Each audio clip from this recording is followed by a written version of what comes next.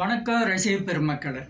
இன்றைக்கி நம்ம பார்க்க போகிற சேனலின் பெயர் கானா பிரகாசம் சேனல். இவங்க சேனலை பற்றி தான் நம்ம இன்றைக்கி விரிவாகவும் தெளிவாகவும் பார்க்க போகிறோம்.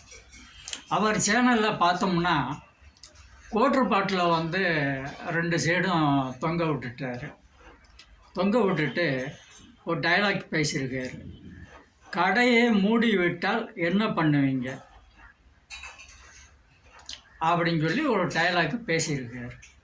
டைலாக்கு பேசி நடிக்கிறதெல்லாம் வந்து பிரச்சனை இல்லை.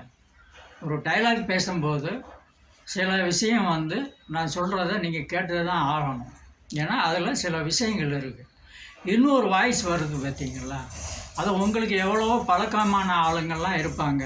ஏன் எடுக்கலை? அந்த வாய்ஸுக்கு ஒரு ஆளை போட்டு எடுங்க, நல்லாயிருக்கும், தெளிவாக இருக்கும். இதே நீங்கள் வீட்டுக்கு வெளியே வச்சு தெருவில் வச்சு எடுத்துருந்தீங்கன்னா அந்த ஆளை போட்டு ரொம்ப அழகாக இருந்திருக்கும். நீங்கள் வந்து அந்த சீன் வந்து உங்களுக்கு நல்லா வந்திருக்கும். அதை மிஸ் பண்ணிட்டீங்க. களையை வெட்ட நெல் அறுக்க கால் கடுக்க நீ நடக்கிற அப்படிங்கிறத ஒரு டைலாக் பேசி நடிச்சிருக்கீங்க. உங்கள் ஊர் கிராமம் தானே, பக்கத்தில் வயல்வெளியெலாம் இருக்கும்.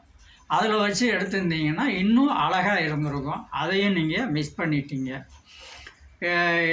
8 ஊர் எச்சு ஊரும் லிஸ்ட்டு இருக்குது என் கையில் அப்படிங்கிறது ஒரு சமைக்கிற ஒரு விஷயத்தை வச்சு நீங்கள் வந்து ஒரு பாடல் போட்டிருக்கீங்க.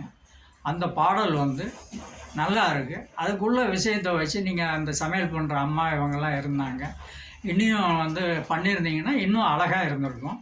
அதையும் வந்து மிஸ் பண்ணிட்டீங்க. உங்களுக்கு எல்லாம் இருந்தும் எடுத்து கொடுக்கறதுக்கு ஆள் இருந்தோம், ஏன் நீங்கள் வீட்டுக்குள்ளே வச்சு எடுக்கீங்க? கிராமம் தானே, கிராமத்துக்கு வெளியே எவ்வளோ விஷயங்கள் நல்லா பண்ணலாங்க. எனக்கெல்லாம் வந்து எடுத்து கொடுக்கறதுக்கு ஆள் கிடையாது. பல பிரச்சனை எனக்கு ஓடிட்டு இருக்கிறதுனால என்னால் எதுவும் பண்ண முடியல.